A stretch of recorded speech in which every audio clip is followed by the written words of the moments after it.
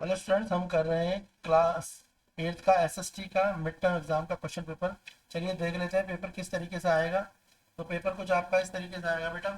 पहले बहुविकल्पीय क्वेश्चंस आएंगे। चलिए फटाफट क्वेश्चंस भी कर लेते हैं। फर्स्ट क्वेश्चन है, हिंदी और इंग्लिश दोनों में ही है। फर्स्ट है, निम्नलिखित में से कौन से भारतीय संविधान निम्नलिखित में से कौन से भारतीय संविधानों की एक विशेषता है। तो आपको ऑप्शन दे रखे हैं, संघवाद, तानाशाही, राजतंत्र और राज के धर्म। तो इसका आंसर है आपका संघवाद। नेक्स्ट है, निम्नलिखित में से कौन सा पर्यावरण के लिए एक खतरा नहीं है। तो कौन सा पर्यावरण के लिए खतरा नहीं है, तो वो है, ठीक है, मल्ल बनाना पर्यावरण के लिए कोई खतरा नहीं है। तीसरा है, आपसे बोला है, राज्यसभा में कुल कितने सदस्यों को राष्ट्रपति द्वारा मनोनीत किया जाता है। तो राज्यसभा में 12 लोगों के द्वारा राष्ट्रपति को मनोनीत किया जाता है। तो फर्स्ट का ऑप्शन ए है, सेकंड का ऑप्शन सी है और थर्ड का ऑप्शन डी है। नेक्स्ट क्वेश्चन देखेंगे। नेक्स्ट है हमारे पास question four. Question four third का तो आपको मैंने बता ही दिया कि 12 से करा जाता है। फोर्थ में है, निम्नलिखित ऐतिहासिक घटना लगाकर सही विकल्प का चयन करें। तो जो ऑप्शन है इसमें, ऑप्शन है पहला, अवध की रियासत में सहायक संधि का थोपा जाना। दूसरा ऑप्शन है, कंपनियों द्वारा जारी किए जाने वाले सिक्कों से मुगल बादशाह का नाम हटना। तीसरा, गवर्नर जनरल लॉर्ड डलहौजी ने ऐलान किया कि बहादुर शाह जफर की मृत्यु के बाद बादशाह के परिवार को लाल किले से निकालकर उसे दिल्ली में कहीं बसाया जाए। और फोर्थ है, गवर्नर जनरल लॉर्ड कार्निल का फैसला किया जाना। तो इसमें सबसे पहले जो करेक्ट ऑप्शन है, पहले में आएगा 1, फिर आएगा 2, फिर आएगा 3, फिर आएगा 4। तो ये ऑर्डर बिल्कुल ठीक है, फर्स्ट 2, फर्स्ट सेकंड थर्ड और फोर्थ। तो ऑर्डर बिल्कुल ठीक है। तो करेक्ट ऑप्शन आपको बता दिया मैंने, first second third fourth. Question fifth में पूछा गया है आपसे। फिफ्थ में बोला है, प्लासी की लड़ाई में नवाब सिराजुद्दौला की हार के क्या कारण थे। तो प्लासी की लड़ाई में नवाब सिराजुद्दौला की हार के जो मुख्य कारण थे वो क्या था, वो था मीर जाफर का टुकड़ियों के युद्ध से में भाग नहीं लेना। ऑप्शन जो है, टुकड़ियों में भाग नहीं लेना वाला ऑप्शन है, कौन सा है, ऑप्शन ए है, मीर जाफर का टुकड़ियों के युद्ध में भाग नहीं लेना। ऑप्शन ए इसका करेक्ट आंसर है। नेक्स्ट क्वेश्चन पूछा आपसे, क्वेश्चन सेवन। क्वेश्चन सिक्स पूछा है, भारत में, जो क्वेश्चन सिक्स में पूछा है, भारत, क्वेश्चन सिक्स में भारत में रुपए 75 रुपए का नोट जारी होना चाहिए था अथवा इस विषय पर निर्णय लेने का अधिकार किस सरकार के पास है। तो इसका आंसर है, जो नोटों को जारी करती है वो कौन करती है, केंद्र सरकार। केंद्र सरकार का काम होता है नोटों को जारी करना, सिक्कों को जारी करना, डाक टिकट को जारी करना। ये किसका काम होता है, केंद्र सरकार का काम होता है। नेक्स्ट है, निम्नलिखित ऐतिहासिक घटनाओं के कालानुसार लगाकर सही विकल्प का चयन है। अवध रियासत, जो क्वेश्चन फोर्थ में पूछा है, ठीक है, ये तो हमने कर ही लिया था। नेक्स्ट देख लेते हैं। नेक्स्ट है आपका क्वेश्चन नंबर, अब इंग्लिश में है क्वेश्चन तो रीअरेंज करने हैं, देख लेते हैं फटाफट से। नेक्स्ट है हमारा सिक्स वाला। सिक्स में पूछा है हमसे, माझा प्रवास पुस्तक के लेखक कौन थे। तो माझा प्रवास पुस्तक के जो लेखक थे वो कौन थे पूछा गया है। ऑप्शन दे रखे हैं, राम भट्ट गोडसे, विष्णु भट्ट गोडसे, श्याम भट्ट गोडसे और कृष्ण भट्ट गोडसे। तो इसका जो आंसर है वह है विष्णु भट्ट गोडसे। तो इसका आंसर है ऑप्शन बी। सेवंथ में बोला, निम्नलिखित में से कौन भारतीय संसद का अंग नहीं है। तो भारतीय संसद का अंग इनमें से कौन सा नहीं है। तो भारतीय संसद का अंग कौन नहीं होता, तो पूछा हुआ है ना क्वेश्चन नंबर 8 में। 7 में तो पूछा था आपसे, 7 में क्या पूछा है, विष्णु भट्ट गोडसे। अब 8 में पूछा है, कौन भारतीय संघ का अंग नहीं। तो भारतीय संघ का अंग होता है नियंत्रण महालेखा परीक्षक, जो है ये भारतीय या अंग नहीं है। क्या पूछा है, नहीं है। तो नियंत्रक एवं महालेखक परीक्षक जो है भारतीय लेखा संघ के अध्यक्ष नहीं है। क्लियर है बेटा। नेक्स्ट करेंगे। नेक्स्ट है क्वेश्चन नंबर 9। एसएसटी का ये क्वेश्चन पेपर है, क्लास 9 क्लास 8 का, देख लेते हैं। नेक्स्ट में पूछा है, बहादुर शाह जफर बहादुर शाह जफर ने अपने जीवन के अंतिम वर्ष किस जेल में व्यतीत किए। तो बहादुर शाह जफर ने अपने जीवन के अंतिम जो वर्ष थे, यानी जब उनकी मृत्यु होने वाली थी उससे कुछ समय पहले का समय रंगून जेल में क्या करा था, उन्होंने रंगून जेल में अपना समय लगाया था। नेक्स्ट क्वेश्चन है आपका, मनोज एक 12 वर्षीय लड़का है वह एक लड़का कपड़ा बनाने की फैक्ट्री में कार्यरत है, यानी कपड़े बनाने की कंपनी में काम करता है। उसकी एज कितनी है? 12 ईयर है, काम करता है कपड़ा बनाने की फैक्ट्री में।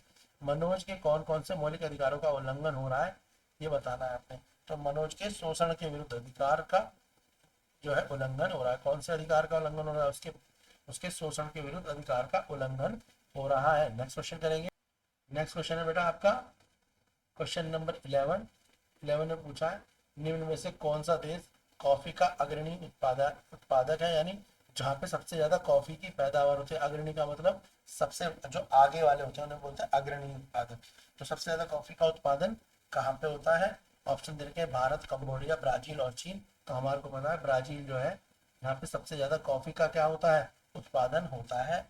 नेक्स्ट वाला है बंगाल में पहली, क्वेश्चन नंबर 12 11वें में क्या है? Brazil, option C. 12वें का है बंगाल में पहली इंग्लिश फैक्ट्री 1661 में डैश नदी के किनारे स्थापित हुई थी। तो कहाँ पे हुई थी पूछा है इसमें। टाइम भी दिया हुआ है 16। तो 1661 में जो बंगाल में पहली इंग्लिश फैक्ट्री थी वो कहाँ स्थापित हुई थी? तो भाई वो स्थापित हुई थी हुगली। तो हुगली नदी के किनारे जो है पहली इंग्लिश फैक्ट्री क्या हुई थी? स्थापित हुई थी। क्वेश्चन नंबर 12 है। क्वेश्चन 12 ठीक है, तो क्वेश्चन 12 का आंसर मैंने आपको बता ही दिया क्या है, हुगली नदी। क्वेश्चन नंबर 13 देखेंगे। तो 13 में पूछा है आपसे भारतीय संविधान के अंतरात्मा किसे कहा जाता है, यानी आत्मा तो समझते हो ना, ठीक है। तो हमारे भारतीय संविधान के अंतरात्मा किसे कहा जाता है? तो मौलिक अधिकारों को भारतीय संविधान की अंतरात्मा कहा जाता है। ऑप्शन ए है इसका। नेक्स्ट देखेंगे क्वेश्चन 14। क्वेश्चन 14 में आपसे पूछा गया है 13 के बाद क्वेश्चन 14 है निम्नलिखित में कौन शेर ए मैसूर के नाम से प्रसिद्ध थे? तो शेर ए मैसूर के नाम से कौन प्रसिद्ध थे? तो शेर ए मैसूर के नाम से टीपू सुल्तान प्रसिद्ध थे। Option D. तो टीपू सुल्तान को शेर ए मैसूर की। नेक्स्ट आपको असर्शन रीजन दिया हुआ है, संकल्प और कारक दिए। तो बोला है संकल्प है भारत एक लोकतांत्रिक देश है। संकल्प में पूछा है क्या भारत एक लोकतांत्रिक देश है? तो ये सही है। अब भारत का अपना संविधान है, ये भी सही है। तो भारत लोकतांत्रिक देश है ना, सभी लोगों को अपने मौलिक अधिकारों की रक्षा करने का अधिकार है, किसी भी धर्म को मानने का अधिकार है, कोई भी शिक्षा कितनी भी ज्यादा तक प्राप्त कर सकता है। तो यानी कि लोकतांत्रिक देश है। और भारत का अपना एक संविधान भी है। ये दोनों चीजें सही है, मगर ये दोनों एक दूसरे से मेल नहीं खाती। तो इसकी एक्सप्लेनेशन गलत है, इसलिए इसका ऑप्शन क्या हो जाएगा? संकल्प और कारक दोनों सही है, परंतु कारक का संकल्प भी सही व्याख्या नहीं है। तो ऑप्शन बी इसका आंसर हो जाएगा। क्लियर है? नेक्स्ट देखते हैं बेटा। नेक्स्ट क्या है हमारा? अब एसएसटी इंग्लिश वालों के भी एमसीक्यू मैच कर लेते हैं। फर्स्ट एमसीक्यू है जो एसएसटी इंग्लिश वालों का है। पूछा है which of the following is a feature of the Indian constitution. तो इंडियन कॉन्स्टिट्यूशन का भाई फीचर्स क्या होता है? क्वेश्चन में पूछा हुआ है which of the following feature of the Indian constitution. तो इंडियन कॉन्स्टिट्यूशन का फीचर पूछा है हमें, तो हम बोल देंगे इंडियन कॉन्स्टिट्यूशन का फीचर्स क्या होता है फेडरलिज्म। क्या होता है? फेडरलिज्म। तो फेडरलिज्म जो है इंडियन कॉन्स्टिट्यूशन का फीचर्स है। नेक्स्ट है which one of the following is not the threat of the environment. तो एनवायरमेंट के लिए कौन सी चीज थ्रेट नहीं है? देखो नॉट लिखा हुआ है, तो जो एनवायरमेंट के लिए थ्रेट नहीं है वो क्या है? और मल्चिंग जो है थ्रेट नहीं है। तो mulching is not a threat of environment. Third question बोला है how many member nominated by the president of Rajya Sabha.